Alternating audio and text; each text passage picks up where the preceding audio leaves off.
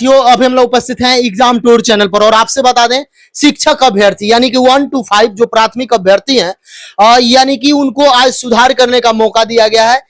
जो भी अभ्यर्थी हैं 21 तारीख से लेकर 25 तक सुधार कर सकते हैं। तो आप लगातार फोन कर रहे थे, मैसेज कर रहे थे, तो सोचे कि नवीन सर से इस पर चर्चा कर लें कि क्या क्या आप सुधार कर सकते हैं। बहुत सारे अभ्यर्थी इस कंफ्यूजन में है कि नया कोई कागजात हम अपलोड करेंगे या नहीं करेंगे, तो सब कुछ जानकारी नवीन सर से लेंगे। एक बात और बता दें, अंत तक वीडियो देखिएगा, आपका इसके बाद फिर से कभी मौका नहीं मिलेगा, ये आप गांठ बांध कर रख लें। तो सभी अभ्यर्थी जरूर जाएंगे साइट पर और अपना देख लेंगे कहीं कोई समस्या है। सर आपका स्वागत है एग्जाम। जी बहुत बहुत धन्यवाद सर, आज से 1 to 5 के लिए ये ऑफर है। एक तरीका से देखा जाए तो अंतिम चांस है, अंतिम चांस के बाद फिर से मौका नहीं मिलेगा। तो सर सभी अभ्यर्थी को क्या एक बार चेकआउट कर लेना चाहिए? जैसा कि आप देख रहे हैं कि स्पष्ट नोट में लिख दिया है कि सही दस्तावेज अपलोड करने का ये अंतिम अवसर है। नोट में लिख दिया है। और मेरे ख्याल से जितने भी अभ्यर्थी 1 to 5 में है, लास्ट मोमेंट में रिस्क नहीं उठाना चाहिए। एक बार सब अपना अपना खोल करके वेबसाइट पर, बीपीएससी की वेबसाइट जो यहाँ पर दिया हुआ है कि www.onlinebpsc.bihar.gov.in, इस पर लॉगिन आईडी और पासवर्ड से लॉगिन करने के उपरांत डैशबोर्ड पर त्रुटि रहित एवं पठनीय प्रति अपलोड कर सकते हैं। लेकिन इसमें हम कहना चाहते हैं कि तमाम अभ्यर्थी जितने भी हैं एक बार खोल करके एक एक डॉक्यूमेंट्स अपना चेक कर लें। अगर उनको लगता है कि कोई त्रुटिपूर्ण डॉक्यूमेंट्स अपलोड हो गया है तो इस बीच में उसको आप निश्चित रूप से सुधार कर लें। 21 तारीख से 25 तारीख के बीच में समय दिया गया है। और अगर क्लियर नहीं दिख रहा है तो उसको भी आप क्लियर कर लें, क्योंकि यहाँ 100 KB तक की छाया प्रति अपलोड होना चाहिए। कई बार होता है कि जो मोहर लगा हुआ है उसमें स्पष्टता नहीं दिखता है, धुंधला दिखता है। तो ये सारी बातें आप चेक करके और फिर दोबारा से आप अपलोड कर सकते हैं। यहाँ लिख दिया गया है कि सम्मिलित अभ्यर्थियों के अपलोड किए गए दस्तावेज यदि त्रुटिपूर्ण एवं अपठनीय है, मतलब जो अपलोड किए गए दस्तावेज हैं वो त्रुटिपूर्ण एवं अपठनीय है। नया की बात नहीं कर रही है, बल्कि अपलोड किए गए दस्तावेज की बात कर रहे हैं। तो ऐसा करना बिल्कुल भी उचित होगा। सबसे ज्यादा सर समस्या आ रहा था अभ्यर्थी के मन में, क्योंकि केवल दिया गया है कि आप जो डाटा अपलोड किए हैं उस पर आप सुधार कर सकते हैं, जो दस्तावेज डाले हैं उसमें। मैट्रिक में मान लीजिए अभ्यर्थी डाल दिए, लेकिन वहां पे सीरियल नंबर या इश्यू डेट में गलती कर दिए, तो वह सब सुधार कर सकते हैं। सॉरी जैसे अगर जो दस्तावेज अपलोड किए हैं उसमें सीरियल नंबर सही है लेकिन आपने अंकित गलत कर दिया है, तो निश्चित रूप से उसको सुधार कर लें। नया दस्तावेज आपको अपलोड नहीं करना है, बल्कि जो अपलोड किए गए दस्तावेज है उसमें अगर कुछ गलत आपका अपलोड मतलब नंबरिंग हुआ है तो इस बीच में उसको आप इंप्रूव कर सकते हैं, सुधार कर सकते हैं। बाकी कुछ ऐसा प्रॉब्लम होता है जैसे कि नाम में गैप आ गया है, नाम में प्रॉब्लम आ गया है, अगर इस बीच उसको सुधार कर लिए हैं तो निश्चित रूप से उसको आप अपलोड कर सकते हैं। लेकिन अगर आय जाति निवास इस सब को आप नया नहीं अपलोड कर सकते हैं। नया नहीं अपलोड, उसमें मोहर नहीं दिख रहा है, अन्य कोई त्रुटियां हैं जो कि दोबारा अपलोड करेंगे तो वो शॉर्ट हो जाएगा, तो वो सब चीज कर सकते हैं। नया उसको, क्योंकि जिस समय फॉर्म आप निकला होगा उसके पहले निश्चित रूप से बनाए होंगे, उसका टाइम फ्रेम अलग होता है, और अभी नया बना करके अपलोड कर दीजिएगा तो वो एकदम 100% गलत हो जाएगा। वो ऐसा नहीं करना है। सर एक बताया गया है, यहाँ पे नीचे में नोट करके भी लिखा गया है कि अंतिम मौका है, उसमें दिया गया है कि यदि कोई आपका डॉक्यूमेंट्स, वो आधार कार्ड हो या आपका मैट्रिक का सर्टिफिकेट हो या इंटर का हो या ग्रेजुएशन का हो या इवन आप कोई भी दस्तावेज डाले हैं, अगर 100 KB से कम है तो उस पर आपको राजपत्रित पदाधिकारी से सिग्नेचर करवाना है, अटेस्टेड करवा के तब पुनः अपलोड करना है। नहीं, 100 KB तक का होना चाहिए।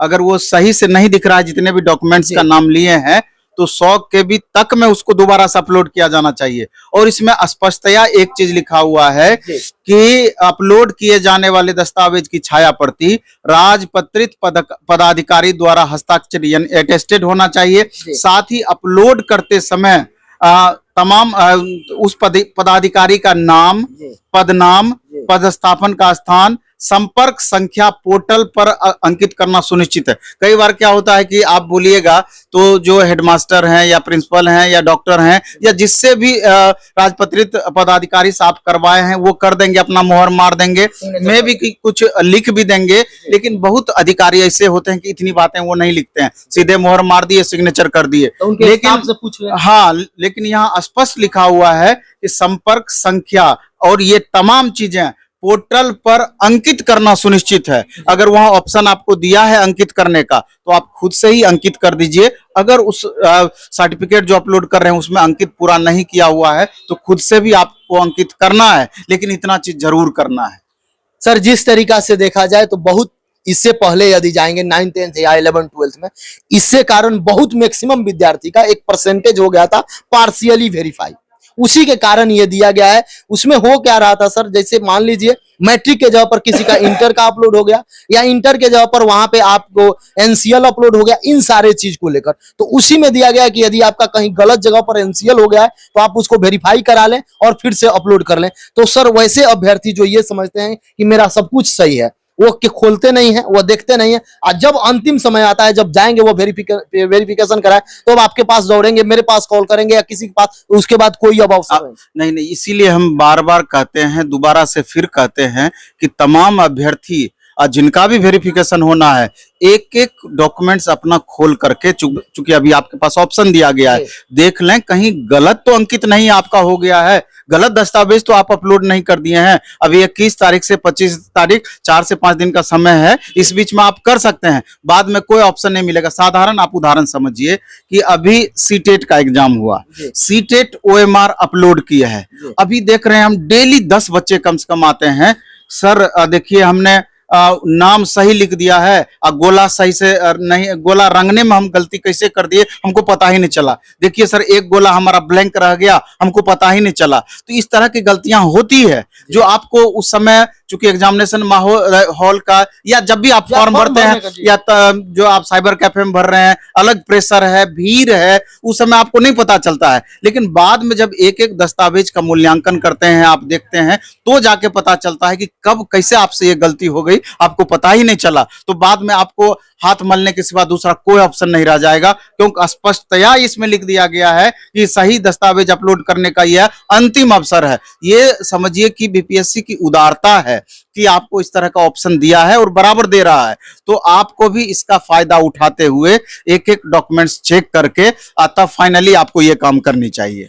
सर इस बार चूंकि वैकेंसी नया आने वाला है, उसमें भी ये नहीं बोला जा रहा है कि 1 to 5 की वैकेंसी होगी, क्योंकि इस बार ज्यादा संख्या में वैकेंसी दिया गया है। तो ये सभी अभ्यर्थी का कर्तव्य बनता है कि इसमें कोशिश करें कि अपना डॉक्यूमेंट्स कहीं से गलती ना करें, नहीं तो फाइनल सिलेक्शन होने के बाद भी आप हाथ मलते रह जाएंगे। बिल्कुल, कैबिनेट में भी इस चीज को पास कर दिया गया है और 1 to 5 का चर्चा नहीं किया गया है। जब चर्चा नहीं किया गया है तो आपको इग्नोर करके चल सकते हैं, आपको 6 to 8 का ही ऑप्शन मिलेगा, इसके अलावा 9, 10, 11, 12 का ही ऑप्शन आपके सामने है। इसलिए जो भी छात्र इस बार 1 to 5 का एग्जाम दिए हैं और जिसका डीएलएड किया हुआ है, जिसका इसमें अपॉर्चुनिटी बन रहा है, तो एकदम वो गलती करने का प्रयास ना करें और इस चीज को आप दोबारा से आप दोहरा लें, नहीं तो फिर आपके साथ परेशानी होगी, फिर अगले पंचवर्षीय योजना में आपको मौका मिलेगा। सर 1 to 5 अभ्यर्थी के लिए आपका क्या संदेश होगा?